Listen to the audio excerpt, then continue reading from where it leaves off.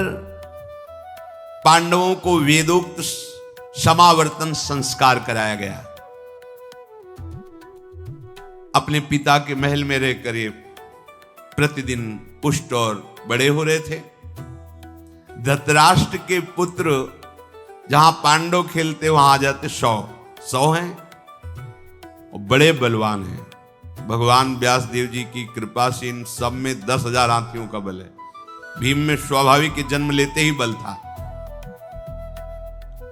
बाल क्रीड़ा जब वो कौरवजन पांडवों के साथ करते तो जैसे किसी दूर वस्तु छूने की बात है, तो सबको रौंदते हुए भीम बढ़ते और उस वस्तु को छूते। ये देखकर दुर्योधन, दुशासन आदि जल जाते कि सबसे बड़ा बलवान पांडवों में भीम है। एक दिन ये वृक्ष में चढ़ने और उतरने वाला खेल खेल रहे थे। छूना है वो वृक्ष में इस डाल से इस डाल, तो बड़े विशाल वृक्ष होते जैसे वट वृक्ष बहुत बड़े, 100 ऊपर चढ़ गए। पांडवों को छूने का क्रम, तो भीम ने नीचे से एक लात मारी, वृक्ष पे 100 फल की तरह नीचे आ गए। उनको महान विक्रम बलशाली वायुपुत्र, जैसे हनुमान जी महाराज वैसे वायुपुत्र ये भीम है। कोई चेष्टा नहीं करनी पड़ी, एक झटका लात का मारा कि 100 नीचे गिरा जैसे फल गिरते। किसी का मस्तक, किसी का कंधा, किसी का ये सब घाव हुए। सब जाके वहां धृतराष्ट्र से कहते कि आज भीम ने ऐसे सबको पीटा, सबके धृतराष्ट्र जल जाते, क्या उपाय किया जाए। इसके आगे तो मेरी चलने वाली नहीं बालकों की, फिर ये चक्रवर्ती सम्राट पद पर दुर्योधन कैसे बैठ सकता है।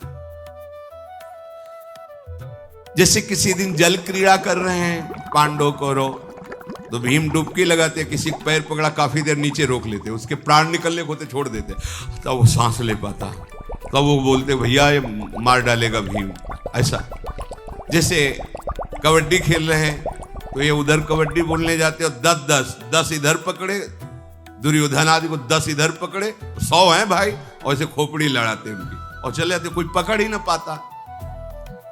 कौरवों ने देखा कि इससे ना कुश्ती में कोई जीत सकता है, ना खिलवाड़ में जीत सकता है, तो फिर युद्ध में कैसे कोई जीत पाएगा।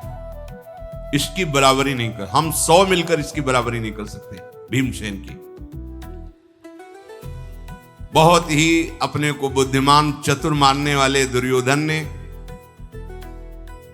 अपने निजी मंत्रियों को बुलाया और कहा मैं इसकी मृत्यु चाहता हूं भीम की। उनका महाराज खुल के तो मैं कुछ नहीं कर सकता, सम्राट पद पर धृतराष्ट्र विराजमान है, भीष्म जी, विदुर जी ये दुलार करते पांडवों को, कुछ भी किया तो हमें प्राणदंड मिलेगा, खुल के तो नहीं कर सकता। ऐसा नहीं कि मैं भीम की मृत्यु का विधान रच सकूं। फिर उन्होंने एक सोचा कि चलो मंत्रियों को छोड़ो, अपने भाइयों से विचार किया कि भीम को कैसे मारा जाए, क्या इसे कैद करके फिर दंड दिया जाए, क्योंकि तो राजपद पर धृतराष्ट्र विराजमान है। नहीं, पराक्रमी भीष्म जी हैं, कैद कर नहीं सकते, ये भी सलाह गई। तो खाने में बहुत ये खाता है, तो इसको खीर में कालकूट विष मिलाकर खिला दिया जाए। हाँ, ये सलाह अच्छी रहेगी। रसोइये को अपने पक्ष में कर लिया और गंगा जी के किनारे बहुत से सुंदर कपड़ों के भवन बनवाए, जैसे तंबू कनाते लगती हैं। और फिर पांडवों से बड़ी नम्रता से दुर्योधन ने प्रार्थना की, आज हम सब कुमार वहीं चल के खेलते हैं, वहीं भोजन पाते हैं और आज रात्रि वहीं विश्राम करेंगे। सरल हृदय महाराज युधिष्ठिर ने स्वीकृति दे दी। प्रमाण कोटि तीर्थ गंगा जी के किनारे दुर्योधन ने सारा आयोजन करवाया।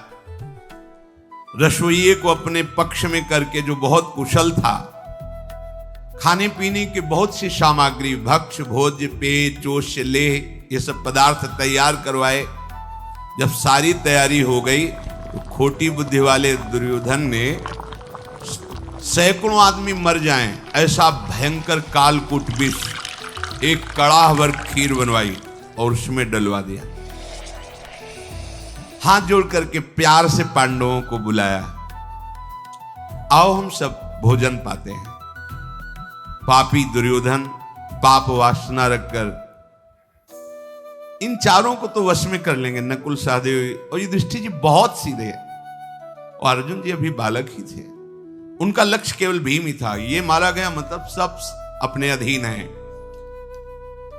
तो जहां उनके भाई पा रहे थे उनको चार को बैठ के पवाया और भीम से कहा कि भैया तुम्हारे लिए अलग व्यवस्था है। दिखाया कड़ाह के कड़ाह खीर। अभी नवकिशोर अवस्था ही है, मतलब कितना भी पा जाएं, इतना पा जाएंगे ऐसा नहीं, कितना भी पा जाएं।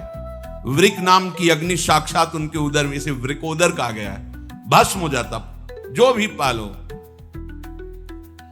अब ऐसे सुंदर खीर ही खीर परोसी, कड़ाह सामने रख दिया गया।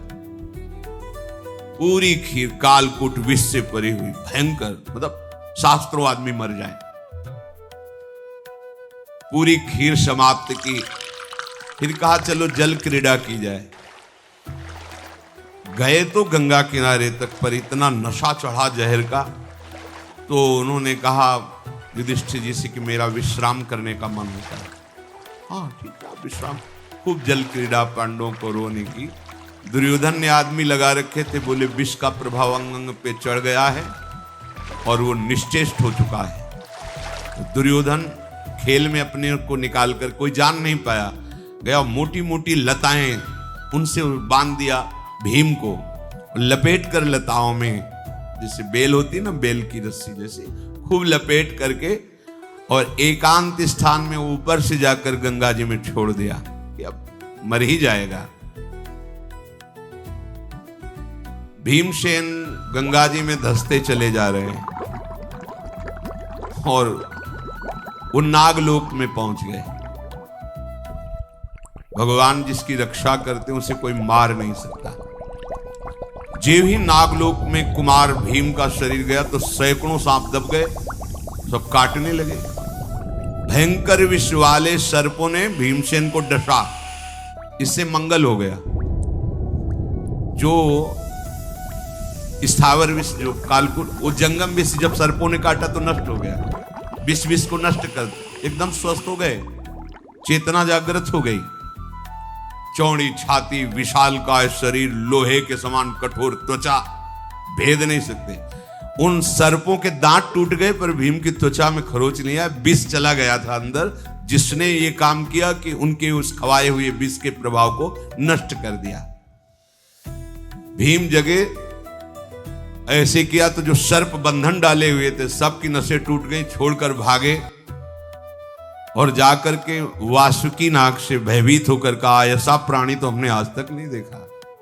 हमारे दांत टूट गए, उसकी त्वचा नहीं कटी, हमारी हड्डियां टूट गई, उसका शरीर में बंधन नहीं हम बांध सकते। वासुकी के समीप गए। वासुकी ने कहा ऐसा कौन हो सकता है, इतना बलवान। वासुकी नाग उस भयंकर पराक्रमी महाबाहु भीम के समीप गए, देखा विशाल का शरीर। नागराज आर्यक भी उनके साथ आए थे। उन्होंने कहा बस बस शांत रहना, ये और कोई नहीं, प्रथा के पिता शूरसेन हैं और वो हमारे बहुत मित्र हैं और दौहित्र भी हैं। ते तो हमारे ही परिकर का हुआ। हृदय से लगाया भीम को और कहा कि तुम्हारे साथ छल कपट किया गया है। वासुकी ने कहा यदि तुम इसका सम्मान करते हो हरे, तो मैं भी सम्मान करूंगा। इसको क्या दे दूं, कोई नागमणि, कोई रत्न, आप बोलिए क्या इससे दे दूं। तो उनका महाराज मणियों की तो कमी है नहीं महल में, कुछ ऐसा दीजिए जिससे आपका प्रताप बढ़े कि वासुकी नाग ने दिया है। तो उन्होंने कहा कि एक कुंड में ये जो अमृत भरा हुआ है, हजारों हाथियों का बल है इसमें, अगर ये पी के पचा ले 10,000 हाथी का बल इसके अंदर और आ जाएगा। वैसे ही जन्म से 10,000 हाथियों का बल है। तो भीम से अर्यक जी ने कहा तुम कितने कुंड पी सकते हो? बोले जितने पिला दो। भीम का तो छूट है, जितना तुम पी लो। कुंड, लीटर 2 लीटर, बाल्टी 2 बाल्टी ले। कुंड। वासुकी और अर्यक की सम्मति से ऐसा हुआ, भीम ने अंजुलि बांध करके पीना प्रारंभ किया पूर्व मुख होकर के, तो एक सांस में 8 कुंडों का रस पी गए। अर्यक ने कहा बस करो, इतना पच जाए पहले। 3 दिन 3 रात सोने के बाद फिर उठे। तब उन्होंने कहा कि महाबाहु भीम, तुम इतने बलवान हो चुके, पहले इतने बलवान थे, अब इतने बलवान हो चुके हो कि विश्व में तुम्हें कोई परास्त नहीं कर सकता। किसी की गदा में ऐसी दम नहीं कि तुम्हारे ऊपर प्रहार करने पर अंग भंग कर सके। तुम विश्व में सबसे बड़े महाबली हो चुके हो। बहुत सम्मान हुआ नागलोक में। अब इधर युधिष्ठिर जी अपने भाइयों के साथ घर गए तो कुंती जी ने कहा कि भीम कहाँ है? क्योंकि उनको लगा रहता था कि ये दुर्योधन आदि दुष्ट विचार के हैं। उन्होंने कहा कि हमें तो लगा था कि भीम सोने के लिए निकला, वो घर चला आया है, इसलिए हमने खोज नहीं की। कहा नहीं, यहां तो नहीं आया है। क्या हुआ होगा भीम का? व्याकुलता कुंती के बहुत बड़ी। फिर वहां आकर के देखा जहां शिविर तंबू लगे थे, वहां तो भीम थे नहीं, यहीं सोया हुआ था भीम। कहीं ऐसा तो नहीं कि दुर्योधन ने कुछ कर दिया हो? धर्मराज जी बहुत विवश हो गए। कुंती जी ने कहा तुम किसी से कुछ मत कहो, समय बहुत विपरीत, तुम स्वयं ढूंढो, खोज करो कहां भीम है। अगर इन लोगों से पूछोगे तो कोई न कोई घटना तुम लोगों के साथ न कर दे। ये दुर्योधन की आंखों में हमारे 5 पुत्र खटक रहे हैं, इसलिए मैं बहुत डर रही हूं। कुंती जी ने, अब पूरा साम्राज्य उनके हाथ में है, हमें लगता है भीमसेन को मार दिया गया, मेरा हृदय कहता है। कुंती जी ने ऐसा विदुर जी को बुलाया और विदुर जी से कहा आप कोई उपाय कर सकते हो? विदुर जी ने कहा आप बिल्कुल निश्चिंत रहें, जरूर दुर्योधन दुष्टात्मा है, वो प्रहार भी कर सकता है, वो मरवा भी सकता है, पर मुझे याद है सतसंग के जो ऋषि जन आए थे उन्होंने कहा था कि तुम्हारे पुत्र दीर्घजीवी हैं। तो मुझे ऋषियों के वचनों पर विश्वास है कि तुम्हारे पुत्रों को कोई मार नहीं सकता, इस बात से तुम निश्चिंत रहो। हां, दुर्योधन मार सकने की चेष्टा कर सकता है, लेकिन वो मर नहीं सकते, क्योंकि ऋषियों ने कहा था दीर्घजीवी हो। तब कुंती जी का हृदय शीतल हुआ कि चलो। विद्वान विदुर जी उनको ढांढस बनाकर चारों पुत्रों के साथ खोज करने लगे। महाबलवान भीमसेन नागलोक में बड़ा सम्मान पाए। तो अर्यक जी जो नागों में श्रेष्ठ थे, उन्होंने कहा कि हो सकता है फिर दोबारा विष दिया जाए भीम को। तो एक ऐसी खीर बनाई जिनमें ऐसी नागलोक की औषधियां डाली कि कोई भी किसी भी तरह का विष भीमसेन को खिलाया जाए असर ही नहीं करेगा। उस खीर को भी भीमसेन पचा गए, उसमें दिव्य औषधियां पड़ी हुई थी। फिर शुभाशीर्वाद दिया वासुकी नाग ने और दिव्य नागमणियों के आभूषण दिए, और एक नाग से कहा इनको यहां से सीधे ले जाओ और जहां डाले गए थे वहीं पहुंचा दो। तो वहीं गंगा जी के किनारे उस नाग ने भीम को पहुंचा दिया। अब क्या कहना, महातेजस्वी महाबलशाली नागमणियों से विभूषित भीम और मत वाले गजराज की तरह प्रसन्न तेज विराज रहा है मुख पर। जो ही सूचना मिली कि भीमसेन आ रहे, कौरवों के होश उड़ गए कि मरा नहीं, इतना कालकूट विष पिला दिया। नजदीक गए, युधिष्ठिर आदि ने दौड़ करके हृदय से लगाया। माता कुंती जी ने, और अहोभाग्य क्या हो गया था, तुम्हारे साथ क्या किया गया? भीमसेन ने बताया जहर खिला दिया गया था, हमें नागलोक पहुंचा दिया गया। वहां ऐसा ऐसा हुआ। नागलोक में जो स्वागत हुआ, जो जो उनको बल मिला, वो सब बताया। कुंती जी ने भगवान को मन ही मन प्रणाम किया कि ये सब हमारे भगवान की कृपा से हुआ है। युधिष्ठिर जी ने नकुल, सहदेव, अर्जुन और भीम जी को संबोधन किया, खतरे पे हैं हम लोग, क्योंकि केवल भीष्म जी और विदुर जी ही सहयोगी हैं। पूरा साम्राज्य धृतराष्ट्र के हाथ में है। दुर्योधन कुबुद्धि वाला है, कभी भी कोई भी घटना घट सकती है, इसलिए बिल्कुल सावधान रहना। युधिष्ठिर जी ने अपने चारों भाइयों को समझाया। दुर्योधन ने गुस्सा में भर करके भीमसेन के सारथी को गला घोंट करके मार डाला। भीम को बहुत गुस्सा आई तो विदुर जी ने आके समझा, बिल्कुल चुप, कुछ नहीं करना, शांत रहो, हम दूसरा सारथी तैयार करके आपके योग्य देते हैं। बिल्कुल नहीं, शांत रहो। भीमसेन के रसोइये को अपने पक्ष में करके फिर हलाहल विष मिलाया उनके भोजन में, परंतु किंचन मात्र विष का कोई प्रभाव भीम के ऊपर नहीं पड़ा। बड़ा तेज था उस विष में, पर भयंकर बल वाले भीमसेन के उदर में वृक नाम की अग्नि, इसलिए विष भी जाके पच गया। अब दुर्योधन आदि जो कौरव हैं, उन्होंने अपने मामा को बुलाया, शकुनी को।